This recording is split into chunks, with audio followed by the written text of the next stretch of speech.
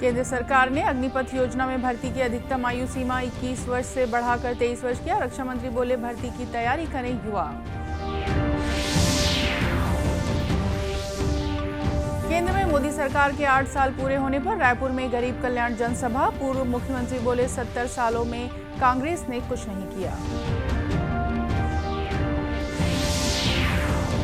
छत्तीसगढ़ में बढ़ी कोरोना संक्रमण की रफ्तार। बीते 24 घंटों में 75 नए मामले सामने आए।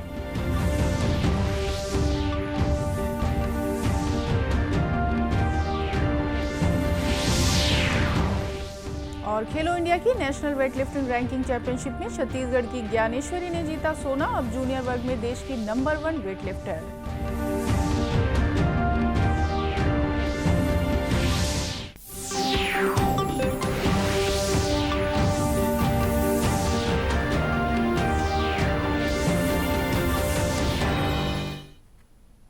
नमस्कार, आप देख रहे हैं दूरदर्शन समाचार। मैं हूं रेहाना। अब समाचार विस्तार से। केंद्र सरकार ने अग्निपथ योजना के तहत सेना में भर्ती की अधिकतम आयु सीमा 21 वर्ष से बढ़ाकर 23 वर्ष करने का फैसला किया है। रक्षा मंत्री राजनाथ सिंह ने कहा है कि पिछले 2 वर्षों में बहुत से युवाओं को सेना में शामिल होने का मौका नहीं मिल सका है। इसी को ध्यान में रखते हुए प्रधानमंत्री नरेंद्र मोदी ने इस योजना के तहत भर्ती में आयु सीमा को बढ़ाने का फैसला किया है।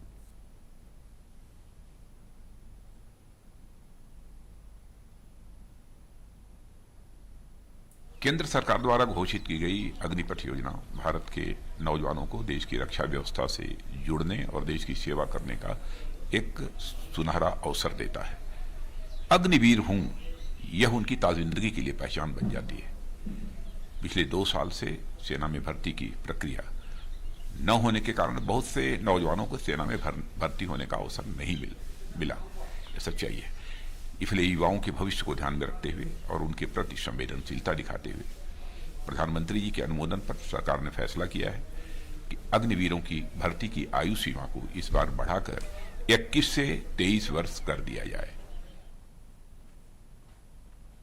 रक्षा मंत्री ने कहा कि अग्निपथ योजना युवाओं के लिए सुरक्षा बल के साथ ही देश की सेवा करने का स्वर्णिम अवसर है। उन्होंने युवाओं से अपील की कि वे सेना में भर्ती प्रक्रिया के लिए तैयारी शुरू कर दें। केंद्र सरकार ने सेना में भर्ती के लिए नई अग्निपथ योजना शुरू की है। इसके तहत 17.5 से 23 साल के युवाओं को 4 वर्षों के लिए सेना में भर्ती किया जाएगा। इस घोषणा के बाद छत्तीसगढ़ के लोगों में भी उत्साह देखा जा रहा है। कांकेर जिले में बहुत से अभिभावकों ने केंद्र सरकार की इस योजना का स्वागत किया। के लिए सशस्त्र बलों के नियमित कैडर के तौर पर सेवा करने का अवसर प्रदान करती है।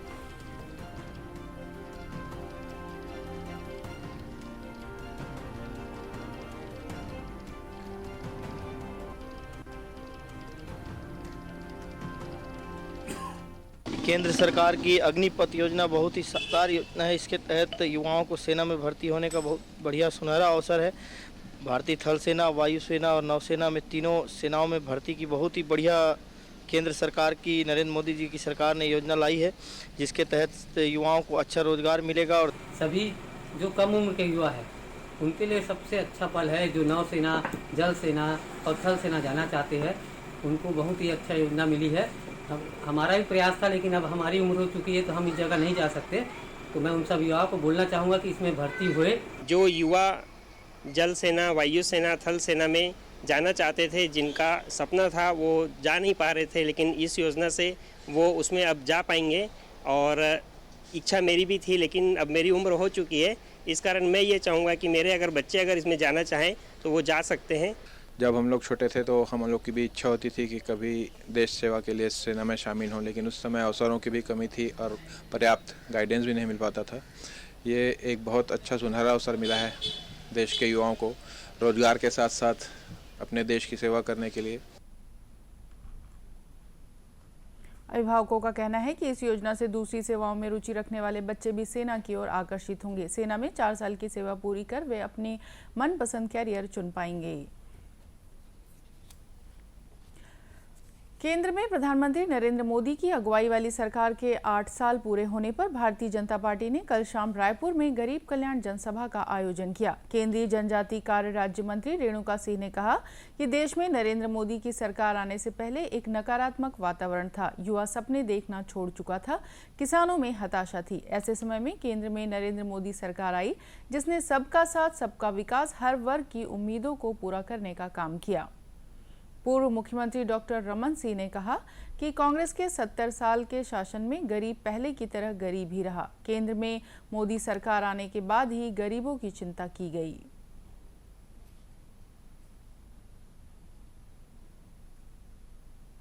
70 साल आज़ादी के शौचालय का निर्माण नहीं हुआ।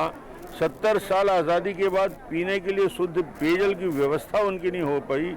आज़ादी के 70 साल होने के बाद भी उनके लिए एक छोटा सा कुटी नहीं बन पाया, आवास नहीं बन पाया। उनके इलाज के लिए गंभीर रूप से बीमार हो जाए तो कोई ऐसी योजना जिसमें उनको इलाज हो सके, आयुष्मान भारत जैसे ऐसी कोई योजना बनाने का काम नहीं किया। मुश्किल काम ये था कि 70 साल के उस कमियों को 8 साल में पूरा करने का काम मोदी जी ने किया है। इन योजनाओं का उपयोग करते हुए किसानों के लिए आज 1,80,000 करोड़ रुपया किसान सम्मान निधि के रूप में 12 करोड़ किसानों को जो मिलता है 6,000 करोड़ रुपया, अभी तक 10 किस्त में 1,80,000 करोड़ रुपया की राशि दी जा चुकी है। राजधानी के इंडोर स्टेडियम में हुए जनसभा में भाजपा नेताओं ने कहा कि आने वाले चुनाव में वे लोग भाजपा सरकार के कामकाज और उपलब्धियों को लेकर जनता के बीच जाएंगे। छत्तीसगढ़ राज्य महिला आयोग ने कल कोरबा में जन सुनवाई की। इस दौरान महिलाओं की 35 शिकायतों को सुना गया। महिला आयोग की अध्यक्ष डॉक्टर किरणमयी नायक ने बताया कि एक महाविद्यालय में महिला प्रोफेसर की शिकायत सामने आई है, जिसमें उन्होंने जूनियर को वरिष्ठता के पद देने की बात कही है। मामले में कॉलेज प्रबंधन में आंतरिक परिवार समिति का गठन नहीं किया गया है। डॉक्टर नायक ने कहा कि विशाखा कमेटी के निर्णय के बाद हर संस्थान जहां 10 या 10 से अधिक कर्मचारी काम करते हैं, वहां आंतरिक परिवार समिति गठित करना जरूरी है। कोरबा की हमारी सम्मानित सदस्य अर्चना जी के साथ में सीएसपी योगेश साहू की ड्यूटी सुनिश्चित की गई है कि 1 महीने के अंदर एक सघन अभियान पूरे कोरबा जिले में चलाया जाए कि जो भी संस्थान, चाहे निजी हों, शासकीय हों, अर्धशासकीय हों, उद्योग हों, सिनेमा, टॉकीज, मॉल, जो भी हैं, जहाँ पर 10 से अधिक कर्मचारी काम करते हैं, उन जगहों को सबको वो नोटिस दें, उनके विज्ञापन प्रचारित करें कि 1 माह के अंदर सभी आंतरिक परिवार समिति का गठन अनिवार्य रूप से करें। यदि नहीं किया जाता है तो 1 महीने के बाद औचक निरीक्षण, छापामार कार्रवाई या जुर्माना की कार्रवाई आयोग के द्वारा किया जाएगा।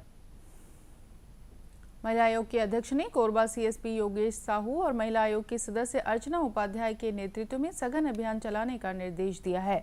इस सघन अभियान के जरिए सभी निजी, शासकीय और औद्योगिक संस्थानों में आंतरिक परिवार समिति की जांच की जानी है। छत्तीसगढ़ में कोरोना संक्रमण की रफ्तार लगातार बढ़ रही है। बीते 24 घंटों में कोरोना के 75 नए मामले सामने आए हैं। प्रदेश में कोरोना संक्रमण की दर बढ़कर 1.12% तक पहुंच गई है। 10 दिन पहले तक संक्रमण दर 1% से नीचे हुआ करती थी। स्वास्थ्य विभाग के मुताबिक प्रदेश में कोरोना के सक्रिय मरीजों की संख्या बढ़कर 284 हो गई है। इसमें सबसे अधिक 101 मरीज रायपुर जिले में हैं।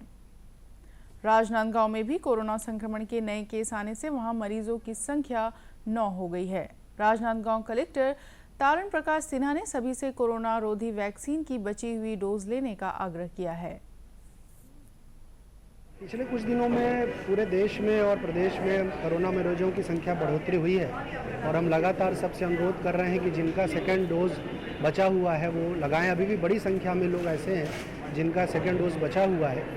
इसके साथ साथ हमने अपना जो इंफ्रास्ट्रक्चर है कोविड के खिलाफ लड़ने का मजबूत किया है और कोई भी लहर आए जिला प्रशासन उसके लिए तैयार है, लेकिन सावधानी में ही सुरक्षा है।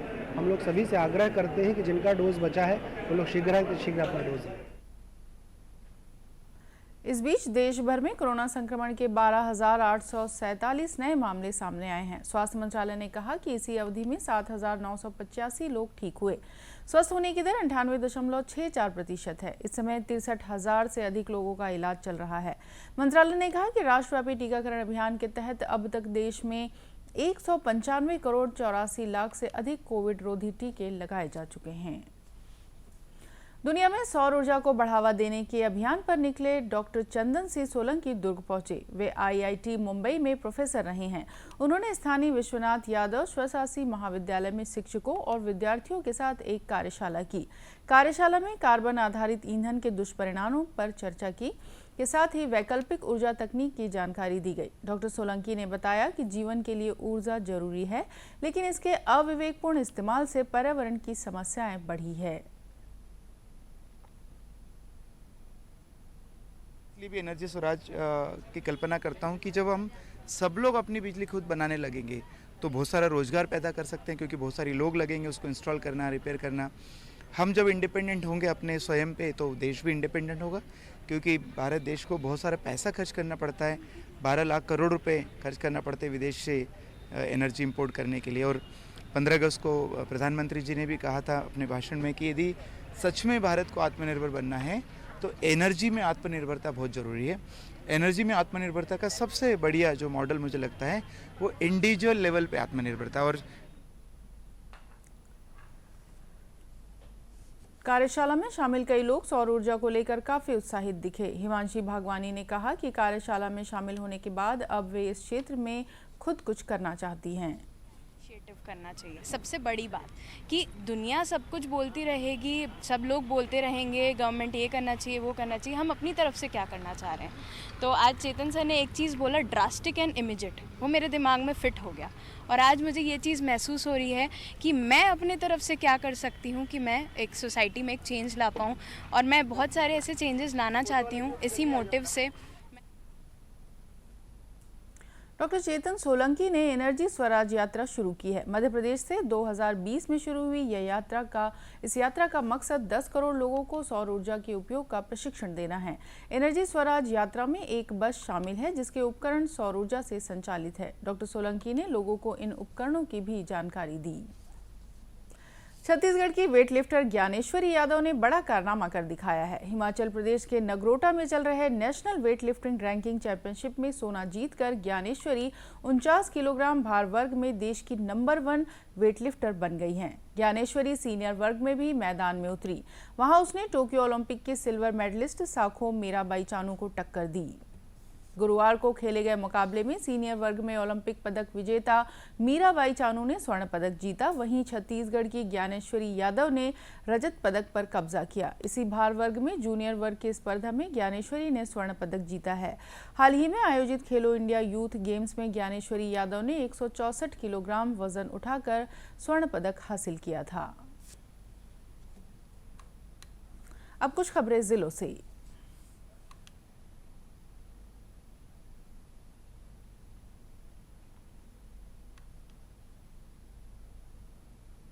जांजगीर चांपा जिले के चांपा में जिला स्तरीय कांग्रेस का नव संकल्प शिविर का आयोजन किया गया। इस शिविर में विधानसभा अध्यक्ष डॉक्टर चरणदास महंत, राजस्व मंत्री जयसिंह अग्रवाल और छत्तीसगढ़ राज्य सेवा आयोग के अध्यक्ष महंत रामसुंदर दास सहित तमाम पदाधिकारी मौजूद थे। कांग्रेस के इस संकल्प शिविर में जिले उदयपुर और रायपुर में हुए संकल्प शिविरों के निर्णयों का अनुमोदन किया गया। जिले के 6 विधानसभा क्षेत्रों से नेताओं ने अगले साल होने वाले विधानसभा चुनाव की रणनीति पर भी चर्चा की है।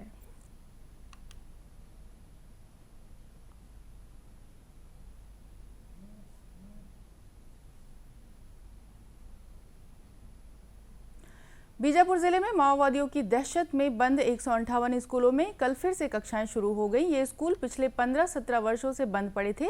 इसकी वजह से वहां के स्थानीय बच्चों को शिक्षा लेने दूर नदी नाला पार करके जाना पड़ता था। प्रवेशोत्सव में कल मुख्यमंत्री भूपेश बघेल ने यहां के पालकों, छात्र छात्राओं और शिक्षकों को बधाई दी। उन्होंने कहा कि कोरोना संक्रमण के दौर में विगत 2 वर्षों से स्कूलें नियमित नहीं खुल पाई, जिससे छात्रों के अध्यापन प्रभावित हुआ है। बीजापुर जिले में प्रभारी मंत्री कवासी लखमा और विधायक विक्रम शाह मंडावी ने नव प्रवेशी बच्चों को शाला प्रवेशोत्सव पर तिलक, चंदन, फूलमाला एवं मिठाई खिलाकर स्वागत किया।